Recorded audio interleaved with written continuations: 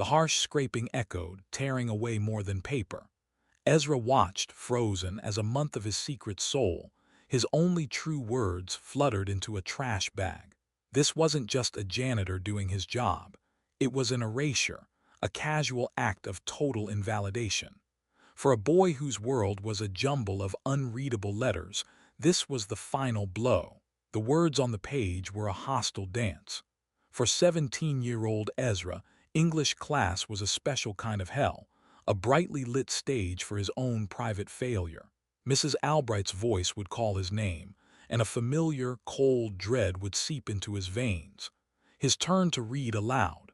He'd stare down at the textbook, at the neat black lines of text that, for everyone else, were a clear path. For him, they were a swarm. Letters would swap places, flip upside down, or simply dissolve into a meaningless jumble. B's became D's. Was became saw. The sentence, a simple bridge of meaning, would collapse under the weight of his gaze. He could feel the heat on his neck, the impatient sigh from the front of the room, the soft snickers from the row behind him. He wasn't stupid, he knew that. The thoughts, the ideas, the feelings, they were all there, rich and complex, locked inside him. But the key, the simple act of decoding and speaking the written word, was a lock he couldn't turn. So he'd stumble, mispronounce, and finally trail off into a humiliated silence, cementing his reputation as Ezra, the slow one. But there was another Ezra, one that no one at Northwood High ever saw. This Ezra came alive after the 3 o'clock bell, when the noisy hallways emptied and a quiet peace settled over the building. He would make his way to the second floor, to the end of the deserted history wing, to room 302. It was an unused classroom, a place of forgotten maps and dusty globes. But its most important feature was its back door, a scuffed, forgotten slab of wood that served as his canvas. Every day he would pull a folded piece of paper from his pocket. On it, in a cramped but deliberate hand, was a poem. A few lines, a stark image, a fragment of the feelings he couldn't voice. He'd carefully tape it to the door, a silent offering to an audience of no one. He never signed his name. The poems were about the weight of a silent lunch table, the taste of rain on a bus window, the suffocating pressure of words unsaid. Here, in the quiet solitude of room 302, the traitorous alphabet became his ally. The words didn't dance away from him. They flowed from him, clean and true. It was his only exhale in a world where he was forced to hold his breath. It was a Monday morning, the air still holding the cool, metallic tang of dawn.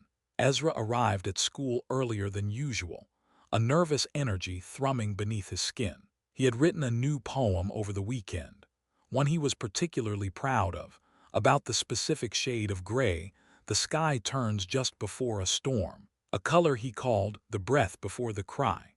He wanted to see it in its place on the door before the first bell, to see it join the small, growing constellation of his secret self.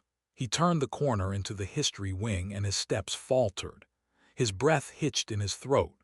Down the hall, by the door to room 302, stood Mr. Henderson, the school's elderly night janitor. He was a stooped figure, his movements slow and methodical. In his gloved hand, he held a small metal scraper. With a grating sound that echoed in the empty corridor, scrape, scrape, scrape, he was methodically peeling away every single piece of paper. Ezra watched, frozen, as a month's worth of his soul, curled and brittle, fluttered down into a large, gray plastic trash bag at the janitor's feet. A silent scream built in Ezra's chest, but no sound came out. He couldn't move, couldn't speak. It was happening all over again, just in a different way. His words, the only ones that ever behaved for him, were being treated as what he had always feared they were: garbage, an inconvenience, a mess to be cleaned up and forgotten. Mr. Henderson wasn't being cruel, he was just doing his job. And that somehow made it worse. It wasn't an attack. It was an erasure, a casual act of total invalidation. When the last piece of paper was gone, Mr. Henderson tied the top of the bag, slung it over his shoulder, and shuffled away, oblivious to the boy standing motionless in the hallway. The door to room 302 was now starkly, painfully bare. After a long moment, Ezra forced his legs to move. He walked to the large rolling trash bin the janitor had left behind, the one destined for the dumpster out back. He peered inside. There they were, his silent screams, his quiet observations, his fragile hopes, a crumpled, soiled heap of paper. He saw a fragment of a line about the loneliness of a single streetlight. It was torn, stained with what looked like coffee. That was it. He felt something inside him snap, a thin, taut wire of hope. He turned away, the door behind him a blank slate, his mind a sudden, desolate void. He wouldn't write anymore. There was no point. A week later, Mrs. Albright's long-threatened sick leave finally began. In her place walked a woman who seemed to be made of an entirely different substance. Her name was Lisette Dubois, and she carried with her an aura of quiet that was more commanding than any shout. She was in her 40s, with threads of silver in her dark hair and eyes that seemed to absorb the light rather than reflect it. She didn't use Mrs. Albright's shrill, impatient tone. Instead, she spoke in a low, measured voice that made the students lean in to listen. For Lisette, this substitute teaching gig was a form of exile, a penance. A year ago, she had been a celebrated poet, her second collection shortlisted for a prestigious award. Then, a sudden, brutal illness had taken her husband, and with him, her words. The wellspring of her creativity had dried up, leaving a cracked, barren landscape of grief. The silence in her apartment became an accusation. So she had fled to this, the structured noise of a high school, hoping the mundane rhythm of bells and teenage chatter would drown out the quiet. One afternoon, long after the final bell had released the students into the world, Lisette remained in the classroom. The silence she found here was different, a peaceful, settled quiet, not the hollow one that awaited her at home. She was straightening a pile of books on her desk when she noticed it. A single, crumpled piece of paper on the floor by the wastebasket, bearing the faint, dusty outline of a shoe's sole. It had clearly missed its intended destination. With a sigh, she bent to pick it up, intending to toss it away. But something made her pause. It was the feel of the paper, thicker than standard notebook sheets. Curiosity piqued. She carefully unfolded the creased ball. The handwriting inside was a struggle. The letters were misshapen and uneven, pressed so hard into the page that they were almost embossed on the other side. Yet there was an undeniable force to them, a desperate intentionality. At the top was a title, The Unspoken. She began to read. It was a short, brutal poem about the pressure of a scream trapped behind the teeth, about thoughts that burned like meteors in the skull but dissolved into ash on the tongue. Lisette stood motionless in the slanted afternoon light. The air grew still. This was not the clumsy angst of a typical teenager. This was the work of a raw, untamed talent, a voice wrestling with its own cage. She, who had lost her own voice to grief, recognized the sound of another's imprisonment. She read the lines again, a shiver running down her spine. The footprint, the crumpled state, its proximity to the trash, it was a story in itself. A message sent out, then immediately discarded, a hope renounced. She folded the paper with a reverence that defied its appearance and slipped it into her pocket. It felt less like a piece of trash and more like a found artifact, a clue to a mystery she suddenly felt compelled to solve. The next day, a strange quiet fell over the English class. Lisette stood at the front of the room, not with a textbook, but with the small, wrinkled piece of paper in her hand. "I'm not going to tell you where this came from," she began, her voice calm and clear. "I just want you to listen." And then she read. She read the unspoken aloud, her voice giving shape and resonance to the clumsy, forceful words on the page. She didn't just recite them, she inhabited them. She gave weight to the image of a throat full of marbles and made the silence in the poem feel like a physical presence in the room. The usual classroom fidgeting ceased. The boy who usually doodled in his notebook laid his pen down. The girl who was always texting under her desk looked up, her phone forgotten. They were captivated, not just by the poem, but by the raw, undeniable truth of it. "Notice the tension here," Lisette explained softly, her eyes scanning the room.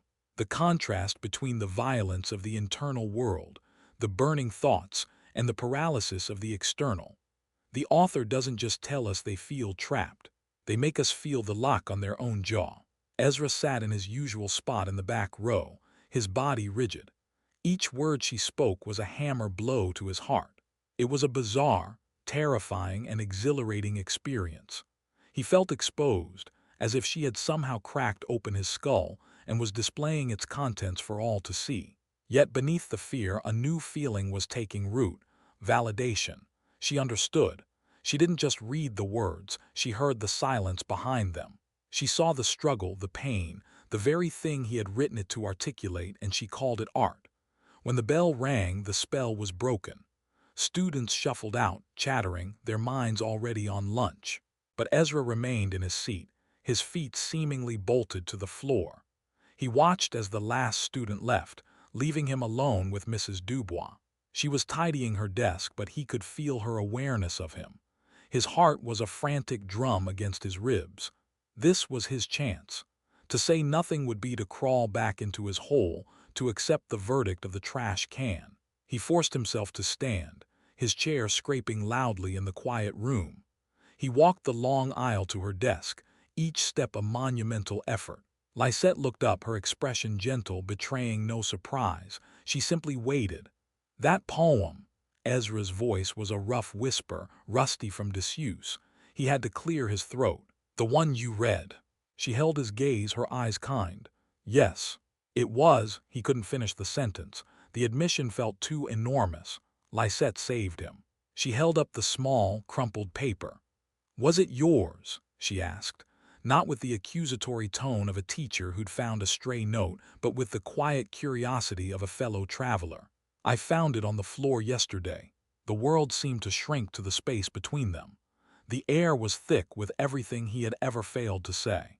He looked at the poem in her hand, his words rescued and honored. A hot blush spread across his face, but for the first time it wasn't from shame. He gave a small, jerky nod. A slow, genuine smile spread across Lysette's face. She didn't press him with questions about why it was crumpled on the floor or why he hadn't claimed it sooner. Instead, she gestured to the empty chair beside her desk. Sit, Ezra, please. He sat, perched on the edge of the seat, ready to bolt. I used to write, she began, her voice dropping into a more personal, confidential tone. She looked past him for a moment towards the window.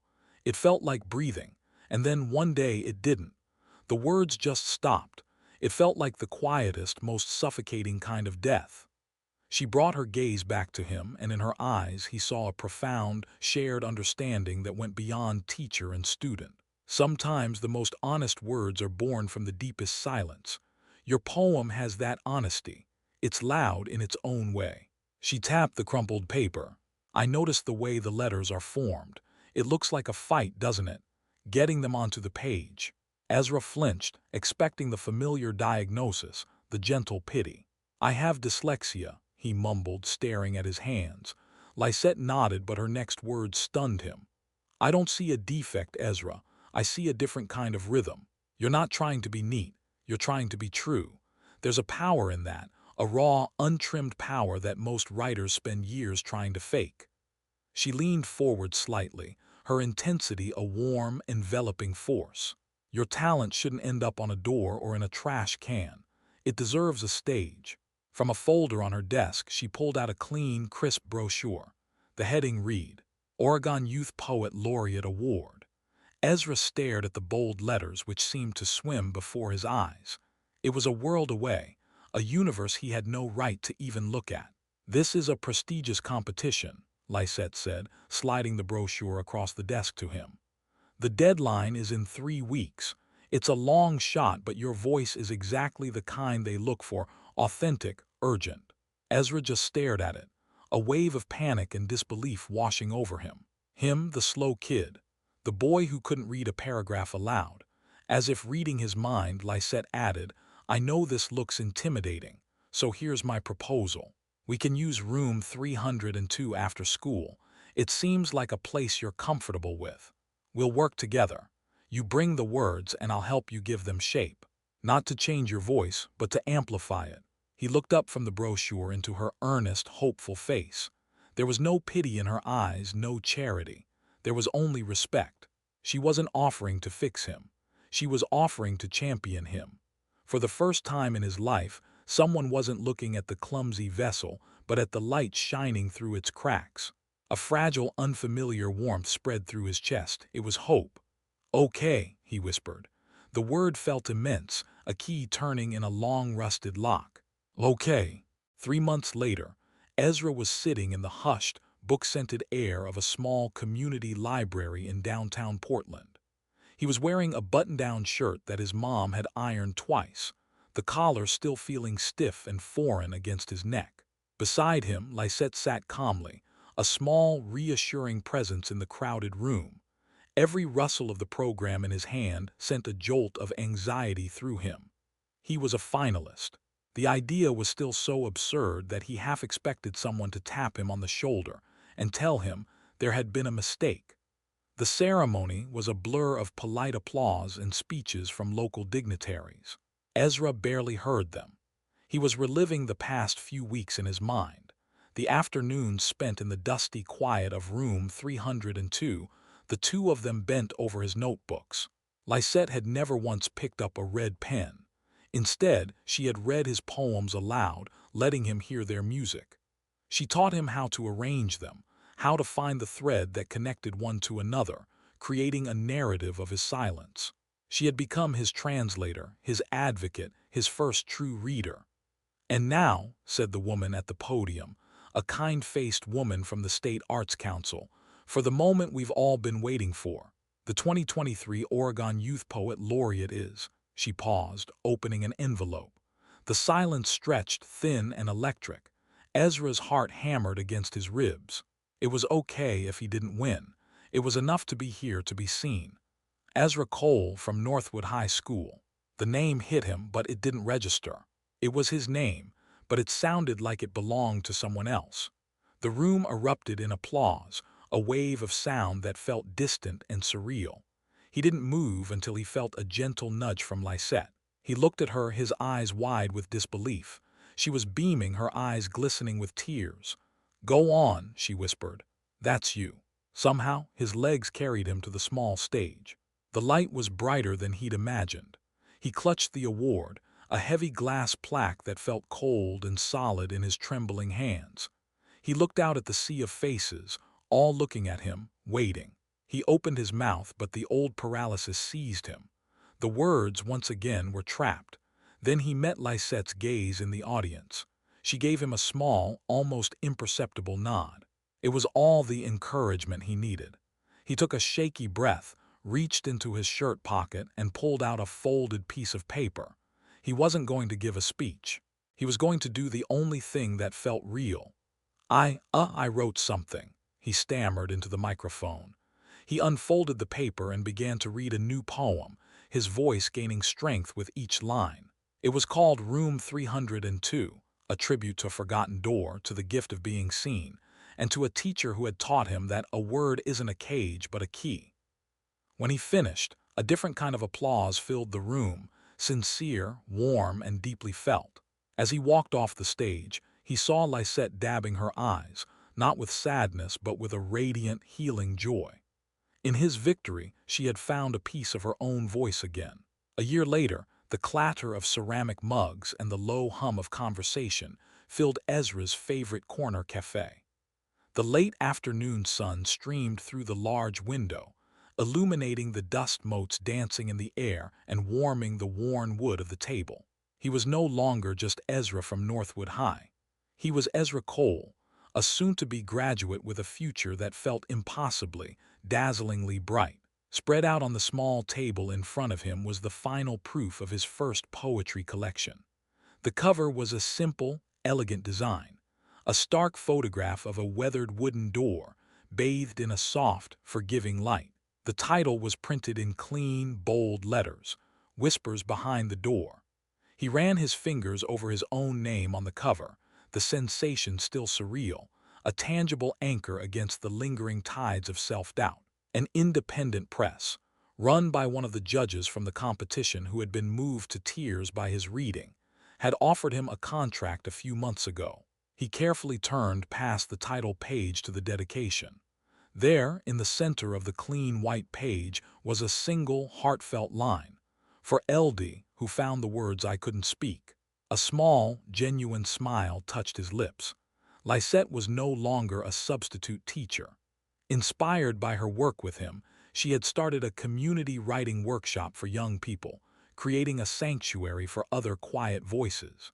They met for coffee every other week, their conversations now a comfortable exchange between peers, between fellow poets.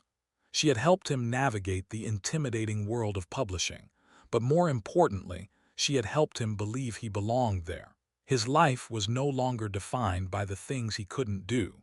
His dyslexia was still a part of him, but it was no longer a cage. It was simply a different way of seeing the world, a unique rhythm that now pulsed at the heart of his work. The journey from that bare, scraped door to this bound collection of his innermost thoughts felt like a lifetime. It was a testament to the strange, miraculous alchemy of human connection, how a moment of despair, a discarded piece of paper, and the empathy of a single person could conspire to change a destiny. He closed the proof copy, the weight of it in his hands feeling like a promise. The whispers were no longer trapped behind the door, they were ready for the world.